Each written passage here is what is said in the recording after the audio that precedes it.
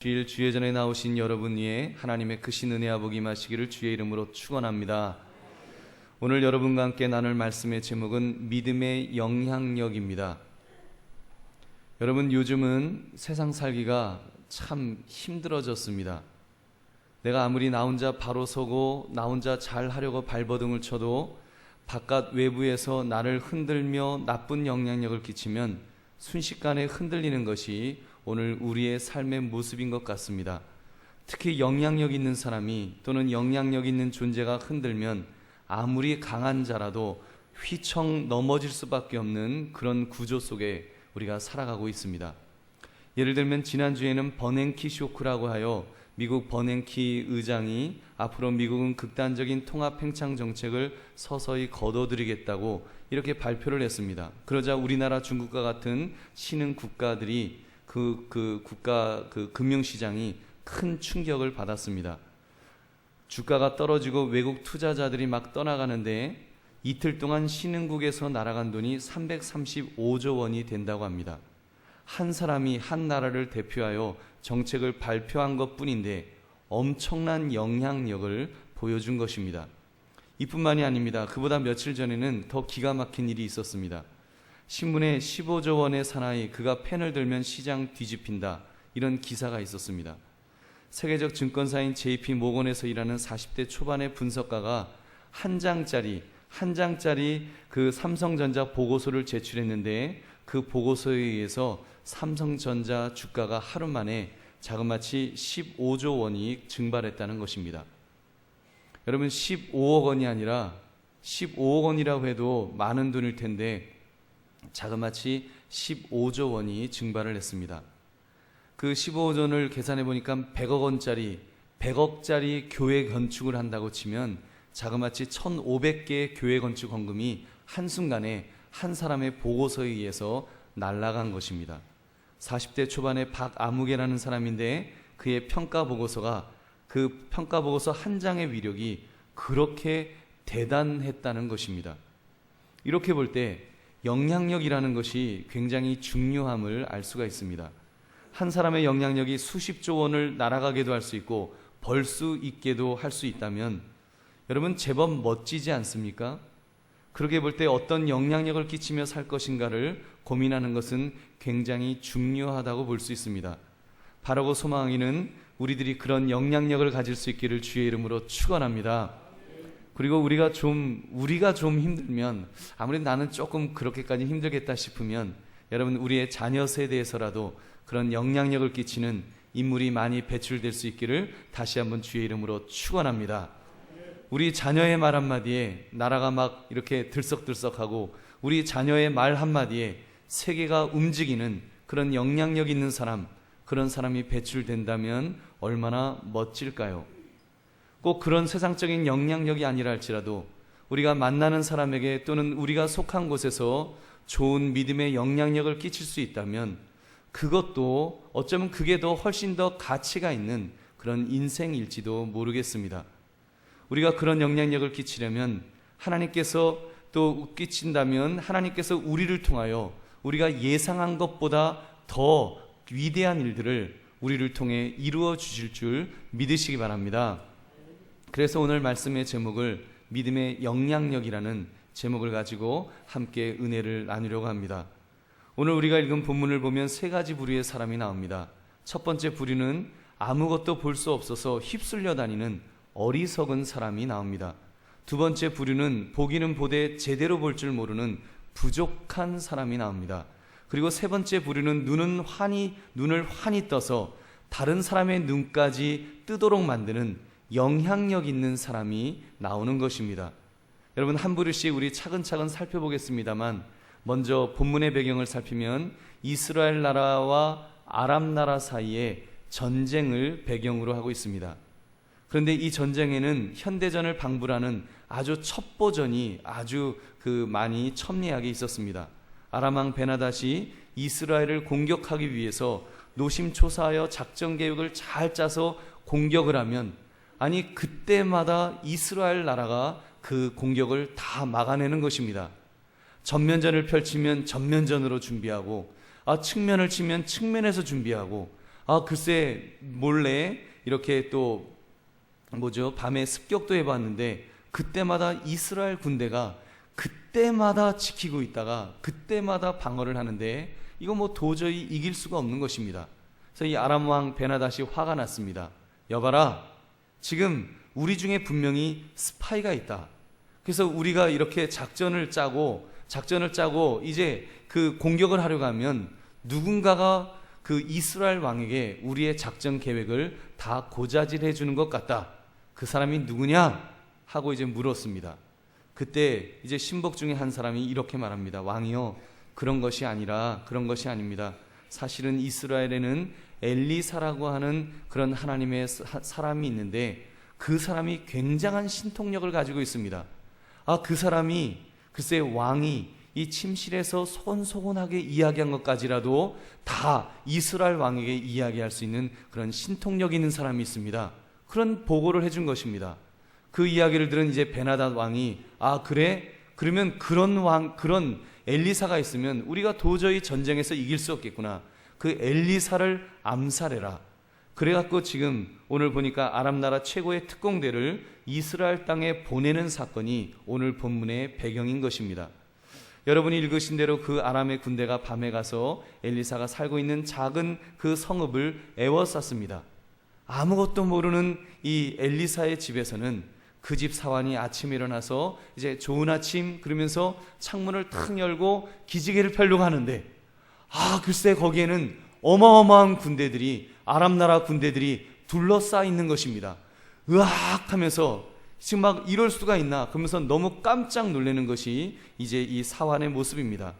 우린 죽었습니다. 그 사환이 놀라 소리를 지를 때 이제 그 하나님의 사람 엘리사는 두려워하지 마라. 그 군대 너머에 있는 하나님의 천군 천사를 보라고 이렇게 말하는 것입니다. 그리고 엘리사가 기도를 합니다. 하나님, 우리 사환의 눈을 뜨게 하여 주시옵소서. 그러자 그의 눈이 떠져서 천군 천사를 보게 되었고, 또 엘리사가 기도하자 그 아람 군대는 눈이 어두워져서 이스라엘 진영 깊은 곳으로 끌려가는데도 아무도 알아채지 못하는 그런 눈뜬 장님이 되었던 것입니다. 여러분, 오늘 말씀을 통해서 우리가 이 세 가지 부류의 사람들을 자세히 살펴보기를 바랍니다. 첫 번째 부류는 아무것도 볼 수 없어서 휩쓸려 다니는 어리석은 사람들입니다. 그들은 아람 군대의 군인들이었습니다. 보십시오. 엘리사를 죽이기 위해서 서슬이 시퍼렇게 되어 달려온 사람들이었는데 그들을 향해 엘리사가 기도 한마디 했습니다. 하나님, 저들의 눈을 어둡게 하여 주시옵소서. 그러자 그들의 눈이 어두워졌습니다. 얼마나 어두워졌는가 하면 암살 표적인 엘리사를 눈앞에 두고도 그가 엘리사란 사실을 그들은 알아채지 못했습니다.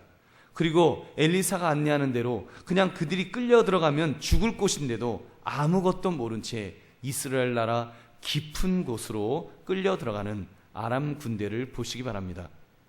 아람 왕이 모두 시각장애우를 군인으로 보낸 것일까요? 여러분, 절대로 그럴 일은 없지요.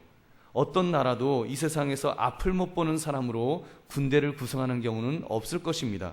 더구나 적진에 투입하는 부대는 최고의 특공대입니다.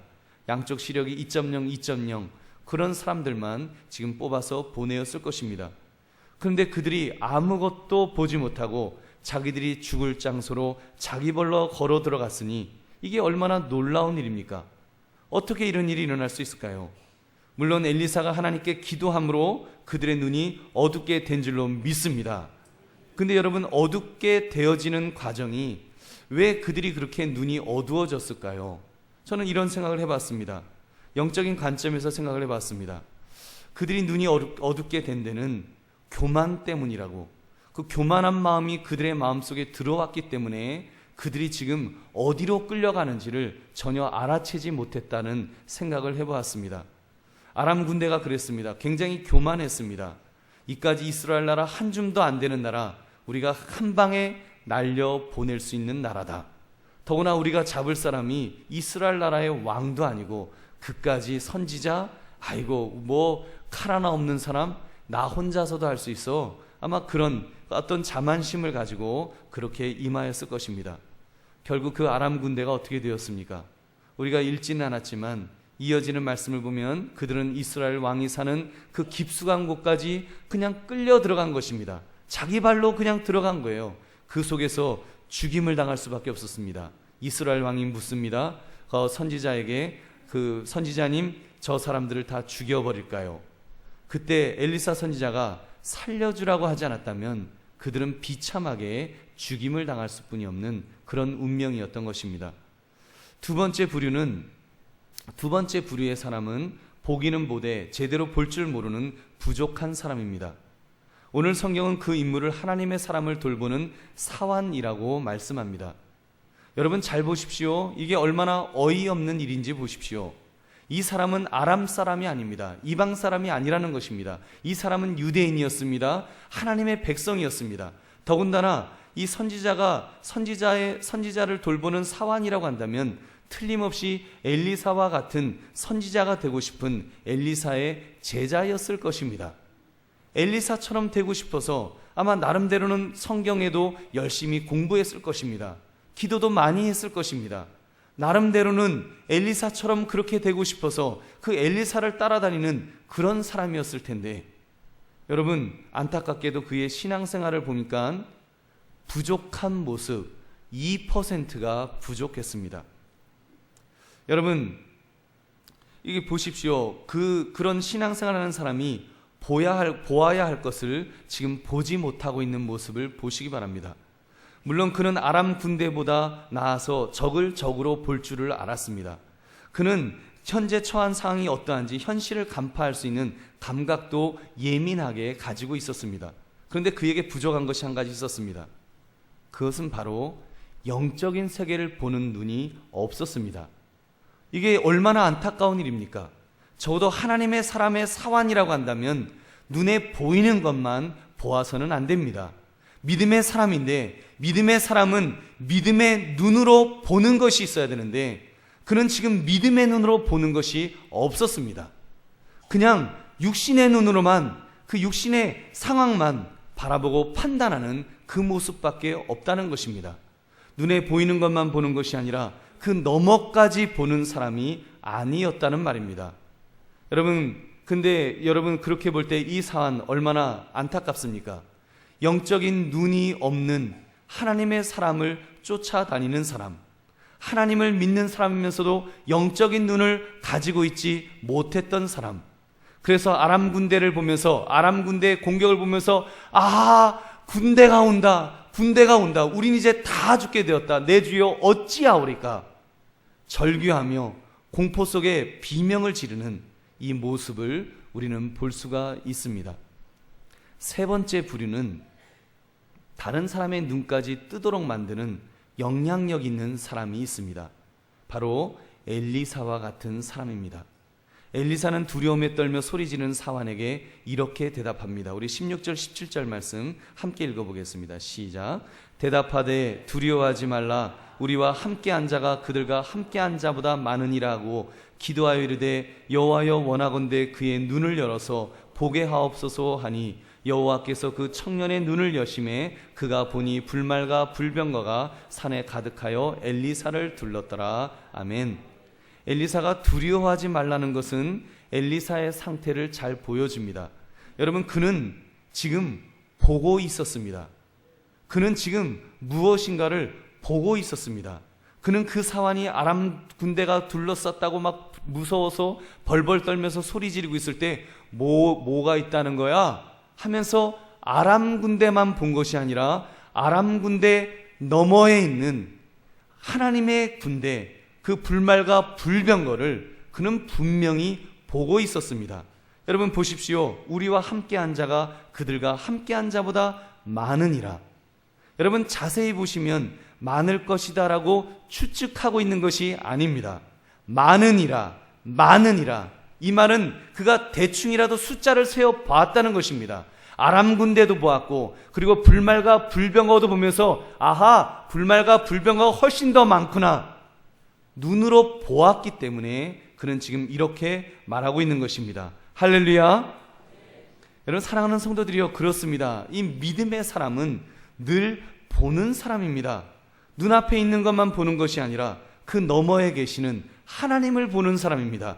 그래서 아무리 큰 문제가 앞에 있어도 그 문제보다 크신 전능하신 하나님, 그분의 거대한 손길을 바라보는 사람, 이 사람이 믿음의 사람입니다. 여러분, 이것이 바로 믿음의 눈을 가진 사람인 줄 믿으시기 바랍니다. 히브리서 11장 1절부터 2절 말씀, 믿음은 바라는 것들의 실상이요 보이지 않는 것들의 증거니 선진들이 이로써 증거를 얻었느니라. 실상 육신적인 눈에는 아무것도 보이지 않는 것 같지만 우리 믿음의 선진, 오늘 본문에 나오는 엘리사 선지자는 지금 믿음의 눈을 열어서 보니까 어마어마하게 많은 불말과 불병거가 보였던 것입니다. 여러분, 이것을 볼 줄 아는 저와 여러분 되시기를 주의 이름으로 축원합니다. 여러분, 그뿐인가요? 이 믿음의 사람이 자기가 보는 것을 이제는 그 사환도 함께 볼 수 있도록 그는 눈을 열어달라고 기도하였을 때 하나님께서 그 청년의 눈을 열어주신 줄로 믿습니다. 여러분, 얼마나 멋진 영향력입니까? 자기만 보는 것이 아니라 이제는 기도했더니 이제는 그 보지 못했던 사환의 눈까지 떠져서 볼 수 있도록 만드는 영향력. 여러분, 이런 믿음의 영향력 얼마나 멋있습니까? 여러분, 이런 믿음의 영향력이 정말 저와 여러분에게 있어지기를 다시 한번 주의 이름으로 축원합니다. 사랑하는 성도님들, 이 시대를 보시기 바랍니다. 이 시대를 보면 아람 군대처럼 하나님을 알지 못한 채 잔뜩 교만에 빠져 보아야 될 것들을 보지 못하는 그런 불신자들이 얼마나 많은 세상인지요. 여러분, 그들은 불나방처럼 뻔히 죽을 길인데도, 망할 길인데도 그 사실을 모른 채 그 속으로 빠져들어가고 있습니다. 더 안타까운 것은 오늘 이 시대에 우리 교회 안에도, 한국 교회 안에도 이런 불신자와 같은 그런 모습의 사람들이 있다는 것이 안타까운 것입니다. 왜냐하면 그들은 잔뜩 교만에 빠져 있기 때문입니다. 교만에 빠져 있는 사람, 마치 자기가 세상의 것을 좀 가지고 있다고, 마치 자기가 최고인 생각하는 사람, 좋은 대학 나왔다고, 좋은 직장 잡았다고, 좋은 건강이 있다고, 또는 내가 지금 출세했다고, 좋은 집에서 산다고, 그것 때문에 만약에 교만에 빠져 있다면 여러분, 눈을 뜨고 있으되 제대로 보지 못하는 사람과 마찬가지일 것입니다. 여러분, 아마 그럴 거예요. 목사님, 설마요, 우리 예수 믿는 사람이 어떻게 그렇게 살 수 있어요? 예수 믿는 사람인데. 여러분, 예수 믿는 사람도 만약에 마음속에 교만함이 있다면 분명히 그런 사람이 될 것입니다. 우리의 마음속에 교만이 자리 잡게 되면, 여러분, 교만이 자리 잡게 되면 우리가 보아야 될 것을 보지 못합니다. 육신의 눈까지도 어두워지는 것입니다. 그래서 마땅히 보아야 될 것을 교만에 빠져서 자기 도취 속에 빠져서 자기 자신에게 취해서 제대로 못 느끼는 것입니다. 무감각해지는 것입니다. 그리고는 지금 죽어가는데, 지옥을 향해 가는데도 그것을 알지 못하고 자기 도취에 빠져서 있는 그런 어리석은 인생을 살 수 있다는 것입니다. 또 있습니다. 이 정도는 아니지만 예수님을 믿는다고 하고 나름대로 기도도 하고 성경도 알고 예배도 드리는데 2%가 부족합니다. 그런 분들은 그런대로 제법 봐줄 만한 신앙인으로 보일 수 있습니다. 근데 한 가지 부족한 것이 있습니다. 결정적인 순간에, 정말 믿음의 눈으로 보아야 될 순간에 아무것도 못 보는 것입니다. 아무것도 볼 수가 없는 거예요. 여러분, 안타까운 사실은 교회 안에, 한국 교회 안에 이런 성도들이 훨씬 더 많다는 것이 이 시대의 문제가 아닐런지요. 여러분, 한국 교회가 왜 힘을 잃어가고 있습니까? 왜 우리들이 힘을 잃어가고 있습니까? 전능하신 하나님은 여전히 계시는데, 전능하신 하나님은 어제나 오늘이나 동일하신데 왜 하나님을 믿는다고 하면서 능력이 나타나지 않는 것일까요? 바로 결정적으로 보아야 될 때 영적인 눈이 띄어 있지 않아서 보지 못하기 때문에, 보지 못하는 사람이 더 많기 때문에 이 시대, 이 한국교회가 지금 연약해지고 있는 것은 아닐런지요. 여러분, 얼마나 심각한 것인지 모릅니다. 그러면서 여러분, 이 시대를 보십시오. 우리 주변을 보십시오. 우리 눈에, 우리 귀에 들려오는 소리는 여러분 다 이런 부정적인 이야기들 아닌가요? 안 된다, 못한다, 힘들다, 어렵다, 포기해라. 여러분, 우리가 그런 소리 듣기만 했나요? 내 입술로 그렇게 말하고 살진 않았습니까?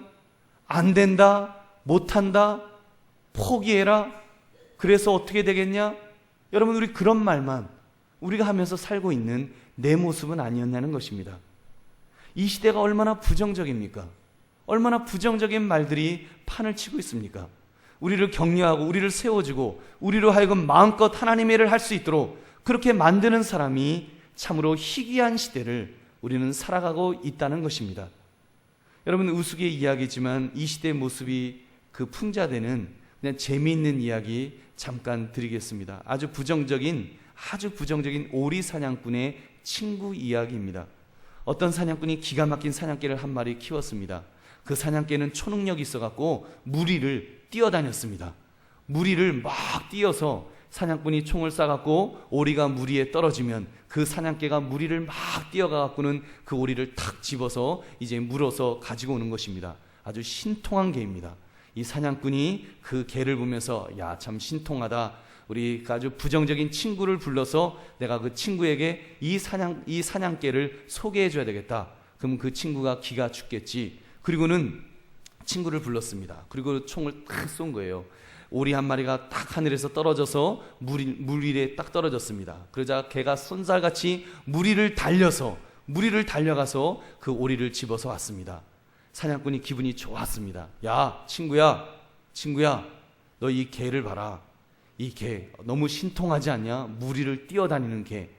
그랬더니 그 부정적인 친구가 이렇게 대답을 했다는 것입니다. 아니, 너 개는 다 좋은데 수영은 못하는 것 같은데. 여러분, 이해가 됐습니까? 무리를 뛰는데 무리를 뛸 줄 알아도 수영은 못하는 거 아니냐. 부정적인 이야기를 한 거예요. 여러분, 이 이야기는 단순히 듣고 웃어넘기기에는 여러분 가시가 있는 이야기입니다. 우리의 현실이, 우리의 모습이 그러하지 않는지요. 이 부정적인 친구처럼 우리 주변에는 그런 부정적인 이야기를 찾아서 하는 사람으로 가득 차 있지 않느냐는 말입니다. 그런 사람들이 입을 벌려서 영향력을 끼치고 있으니, 여러분, 그런 사람들이 또 내가 그렇게 입을 벌려서 그런 부정적인 영향력을 끼치고 있으니 이 세상이 어떻게 살기가 쉽겠습니까? 이 세상에서 하나님의 사람들이, 믿음의 사람들이 살기가 여전히 어렵다고 느껴지는 것은 이런 부정적인 모습 때문은 아닐런지요. 사랑하는 성도들이요, 이 시대에는 긍정적인 사람이 필요한 줄로 믿습니다. 그냥 긍정적인 것이 아니라 믿음의 눈으로 볼 줄 아는 그런 긍정적인 사람 말입니다. 보십시오. 믿음의 눈이 없는 사람은 세상적인 문제만 봅니다. 그 문제가 너무 크다고 어찌하오리까 절망의 비명을 지릅니다. 그러나 믿음의 눈을 가진 사람은 그럴 때 씩 하고 웃습니다. 웃고는 뒤로 한 발짝 뒤로 물러서면서 기도합니다. 기도하면 그 문제를 보는 것이 아니라 문제 뒤에 계시는, 문제 배후에 계시는 전능하신 하나님을 바라보게 될 줄로 믿습니다. 그 하나님을 바라보면 승리하게 되는 것입니다. 사랑하는 성도님들, 여러분의 주변을 다시 한번 돌아보시기 바랍니다. 불나방처럼 멸망의 길인 줄도 모르고 앞으로 나아가는 그런 불신자들이 보이지 않으십니까? 심지어 믿음의 사람이라면서도 늘 입에 달고 다니는 말은 안 돼, 어려워, 힘들어, 괴로워, 이런 부정적인 말을 하는 사람들로 그 애워싸여 있지는 않으신지요? 그래서 그 속에서 우리가 이렇게 말하지 않는가요? 왜 나에게는 엘리사가 없습니까? 왜 나에게는 엘리사와 같은 사람이 없느냐고 한탄하고 있지는 않으신지요? 사랑하는 성도들이요, 이제는 우리가 엘리사와 같은 사람이 없다고 한탄하지 마시고 바로 내가 엘리사와 같은 사람이 되시기를 주의 이름으로 축원합니다. 내가 되면 되는 것입니다. 엘리사와 같은 사람, 그의 스승 엘리야와 같은 사람, 작은 조각 구름을 보면서도 그 구름 너머에 있는 큰 빗소리를 들을 수 있는 사람, 여러분, 그런 사람이 되어야 되지 않겠습니까? 엘리야와 같은 사람을 보시면요, 아하방과 같은 사람을 움직였습니다. 아하방은 악한 왕이었습니다. 하나님을 섬기지 않는 왕이었습니다. 그런 사람도 엘리야가 기도하면서 그가 조각구름을 보면서 왕이여 비를 준비하소서 할 때 그 아합 왕이 움직였습니다. 마차를 준비하고 비를 준비했습니다. 얼마나 여러분 큰 영적 영향력입니까? 얼마나 큰 믿음의 영향력입니까? 이렇게 믿음이 없는 사람도 그렇게 그 악한 왕조차도 움직일 수 있는 믿음의 영향력. 여러분, 엘리야와 같은 사람, 우리와 다른 사람일까요? 나하고 전혀 차원이 다른, 그 사람은 믿음의 선배고 믿음의 선진이고 성경에 나오는 인물이니까 나하고는 차원이 다르다고 우리가 그렇게 치부해야 될까요? 여러분, 아닙니다. 성경은 분명히 말씀합니다. 야고보서 5장 17절부터 18절 말씀 우리 같이 읽어보겠습니다. 시작. 엘리야는 우리와 성정이 같은 사람이로되 그가 비가 오지 않기를 간절히 기도한즉 3년 6개월 동안 땅에 비가 오지 아니하고 다시 기도하니 하늘이 비를 주고 땅이 열매를 맺었느니라. 아멘. 여러분, 성경은 분명히 말씀합니다. 우리와 다른 사람이 아니다. 우리와 똑같은 성정의 사람이다. 그런데 이 엘리야에게 있는 것이 있었습니다. 그것은 그가 기도하는 사람이었습니다. 그는 간절히 기도하는 사람이었습니다. 응답될 때까지, 구름이 보일 때까지 그는 기도하고 믿음으로 기대하며 기도했던 기도의 사람이라는 것이었습니다. 여러분, 그것이 얼마나 중요합니까? 엘리사도 마찬가지입니다. 엘리사가 그렇게 남이 보이지 않는 것을 항상 볼 수 있었던 것은 그가 평소에 기도의 사람이었기 때문인 줄로 믿습니다. 여러분, 기억하시지요? 그는 그의 스승 엘리야 선지자가 이 땅을 떠나려고 할 때 그는 엘리야 선지자에게 이렇게 부탁을 합니다. 선지자님, 당신의 성령이 하시는 역사가 갑절이나 내게 있게 하옵소서. 다시 말하면 당신이 가진 능력의 갑절을 2배를 나에게 달라고 그는 그렇게 부탁했습니다. 여러분, 그게 단순한 부탁이었을까요? 만약에 그것이 그냥 부탁이었다면 저는 엘리사는 바보라고 생각합니다. 세상에 그런 바보가 어디 있습니까? 가진 것이 1개밖에 없는데 1개밖에 없는 사람에게 2개를 달라고 하는 그런 바보가 세상에 어디 있습니까? 엘리야 선지자가 만약에 엘리야 선지자로부터 그 능력을 받는 것이었다면 어떻게 2배를 달라는 부탁을 할 수 있었겠습니까? 저는 엘리사의 그 부탁은 하나님을 향한 기도인 줄로 믿습니다. 여러분, 엘리사는 엘리야를 본 것이 아닙니다. 엘리야에게 부탁한 것이 아닙니다. 엘리야의 뒤에서 역사하셨던 바로 여호와 하나님, 만군의 여호와께 갑절의 능력을 달라고 그가 부탁했던 것입니다. 그래서 엘리야가 이제 승천하여 올라간 다음에 그는 기도합니다. 엘리야의 하나님 어디 계십니까? 그러면서 그가 옷을 치면서 그가 능력을 발휘할 때 하나님께서 그에게 갑절의 능력을 주신 줄로 믿습니다. 여러분, 그런 기도의 사람이었습니다. 그렇습니다. 믿음의 영향력을 끼친 사람은 기도의 사람입니다. 하나님을 바라보면서 기도하는 사람입니다. 왜냐하면 기도만이 믿음으로 하나님의 능력을 체험할 수 있기 때문인 줄로 믿습니다. 기도만이 모든 문제보다 훨씬 더 크신 하나님을 체험하는 길이기 때문입니다. 저는 여러분이 그런 믿음의 영향력이 있는 기도의 사람이 다 되시기를 주님의 이름으로 축원합니다. 사랑하는 성도들이여, 이 시대에 진정 필요한 사람은 이렇게 믿음의 영향력이 있는 사람입니다. 기도의 사람입니다. 그런 사람만 있다면 이 시대에 소망이 있습니다. 여러분, 한강교회에 소망이 있고 한국교회에 소망이 있는 줄 믿으시기 바랍니다. 저는 이 나라 이 민족도 그런 눈으로 보았으면 좋겠습니다. 우리나라도 그런 눈으로 좀 더 보았으면 좋겠습니다. 여러분, 요즘 우리나라를 바라보는 시각이 얼마나 부정적인지요. 우리나라 사람은 안 돼. 이 미래가 어떻게 될지 모른다. 이제 중국이 막 부상하고 이제는 신흥국들이 너무나 많이 생기는데 이제 우리나라 부흥하고 발전하는 거 이제 날 샜다. 부정적인 이야기들이 참 많이 있습니다. 여러분, 그래서 소망이 없을까요? 아닙니다. 저는요, 우리나라는 이미 역사를 통해서 하나님의 도우심을 체험한 나라인 줄로 믿습니다. 이 나라가 일제 식민지하에 있었을 때 6.25 사변, 공산당에 의해서 압록강까지 밀려 내려가, 어디죠? 무슨 강이죠? 낙동강까지 밀려 내려갔을 때 우리는 하나님이 보내주신 도움의 손길로 이 나라를 지킬 수 있었습니다. 여러분, 보면은요, 그때 얼마나 많은 목회자들이 순교했으며 얼마나 많은 기독교인들이, 얼마나 많은 장로님, 권사님들이 순교하셨는지요. 그들이 순교할 때 그냥 순교하셨겠습니까? 그들이 순교를 당하면서 얼마나 하나님께 부르짖어 기도했을까요? 하나님, 우리가 정말 이렇게 나는 지금 이렇게 순교를 당하지만, 이렇게 저 공산당에서 죽임을 당하지만, 하나님 이 나라에 해방을 허락하여 주시옵소서. 마음껏 예배 드릴 수 있도록, 마음껏 하나님을 찬양할 수 있는 그런 나라를 만들어 달라고 그들이 얼마나 부르짖어 기도했겠습니까? 그 기도가 있었기 때문에 여러분, 서방 나라를 통해서 기적적인 방법으로 도움의 손길들이 있게 된 줄로 믿습니다. 그래서 오늘 이 나라가 이렇게 세워진 것입니다. 여러분, 엘리사처럼 믿음의 영향력을 가진 사람들이 그렇게 기도하였기 때문에 이 나라가 하나님의 복을 받은 것입니다. 오늘의 대한민국이 된 것입니다.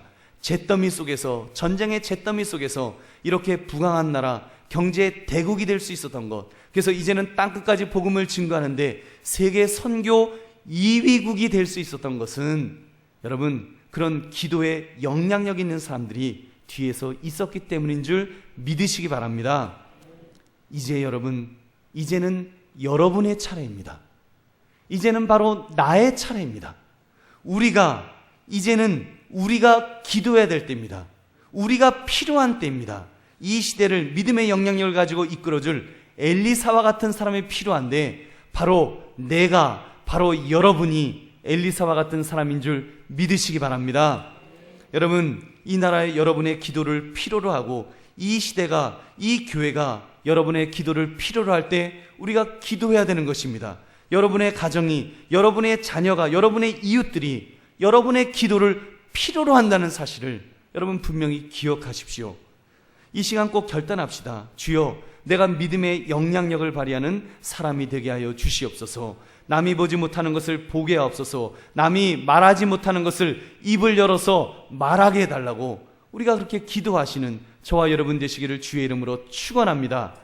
말씀을 맺으면서 여러분, 7남매를 훌륭한 의사, 교수, 목사, 사업가, 그리고 세계적인 음악가로 길러낸 정경희, 정명은 어머니를 잠깐 소개하며 말씀을 마치려고 합니다. 그 어머니가요, 그들 7남매를 키웠는데 그 아이들이 항상 잘하기만 한 것은 아니었다는 것입니다. 잘 못할 때도 있었대요. 정명아 씨는 초등학교 때 60명 중에서 55등을 한 적이 있었답니다. 그래도 그 어머니는 너는 할 수 있다, 하나님께서 도우시면 할 수 있다라고 그렇게 그 아이에게 그렇게 권면하고 그렇게 희망을 심어주었다고 합니다. 자녀를 믿은 것이 아니라 자녀를 축복하시는 하나님을 믿었던 것입니다. 여러분, 그 나중에 1961년 정경아 씨가 국제 바이올린 콩쿠르에 나갈 때 주변의 모든 음악가들이 만류를 했답니다. 왜냐하면 당시 최고 바이올리니스트인 핑커스가 참가하기 때문에 이 정경아 씨가 나가봤자 그 1등을 못할 거다, 이렇게 말했다는 것입니다. 그러나 그때도 그 어머니는 너는 할 수 있다, 한번 해보아라, 이렇게 격려하면서 기도하면서 내보내 주었습니다. 결국 정경아 씨는 그 대회에 나가서 핑커스와 공동 우승을 했고, 그것을 계기로 세계적인 음악가로 명성을 얻게 되었습니다. 그의 어머니에게 내가 기도하면 하나님께서 우리 아들, 딸을 도와주시리라는 확신이 있었기 때문인 줄로 믿습니다. 사랑하는 성도들이여, 여러분, 이 시대에 여러분이 필요하다고 할 때 여러분 마음속에 나는 이제 내가 별로 가진 것도 없고 내가 별로 영향력 있는 사람이 아닌데라고 말할 수도 있습니다. 이제는 나이가 많이 먹었다라고 말씀하실 분도 계실 것입니다만, 여러분, 그렇지 않습니다. 여러분, 우리에게는 기도할 수 있습니다. 우리가 기도를 통해서 우리가 먼저 영적인 눈이 열려야 됩니다. 남들이 보지 못하는 것을 먼저 믿음의 눈으로 보아야 합니다. 여러분, 그것을 볼 수 있으면 하나님께서 우리에게 힘을 주실 것입니다. 그들에게도 영향력을 끼칠 수 있는 힘과 능력을 주실 것입니다. 여러분의 자녀가 지금 그 능력이 필요합니다. 여러분의 영향력이 필요합니다. 이 시대를 살아가면서 너무 어렵다고, 너무 힘들다고 좌절하고 포기하고 낙심해 있는 여러분의 자녀에게, 여러분의 이웃들에게, 여러분의 직장 동료들에게 바로 여러분이 믿음의 영향력을 끼쳐서 여러분이 볼 것을 보면서 영향력을 끼치면 하나님께서 여러분과 함께 하실 줄로 믿습니다. 그래서 여러분, 믿음의 영향력을 끼치는 바로 저와 여러분들을 통해서 하나님의 위대하심을 나타내며 그렇게 살아가는 저와 여러분 되시기를 주님의 이름으로 축원합니다. 우리 함께 기도하겠습니다. 말씀 생각하시면서 주여 믿음의 영향력을 끼치는 믿음의 장부 되게 하여 주시옵소서. 주여 두 번 외치고 기도하겠습니다.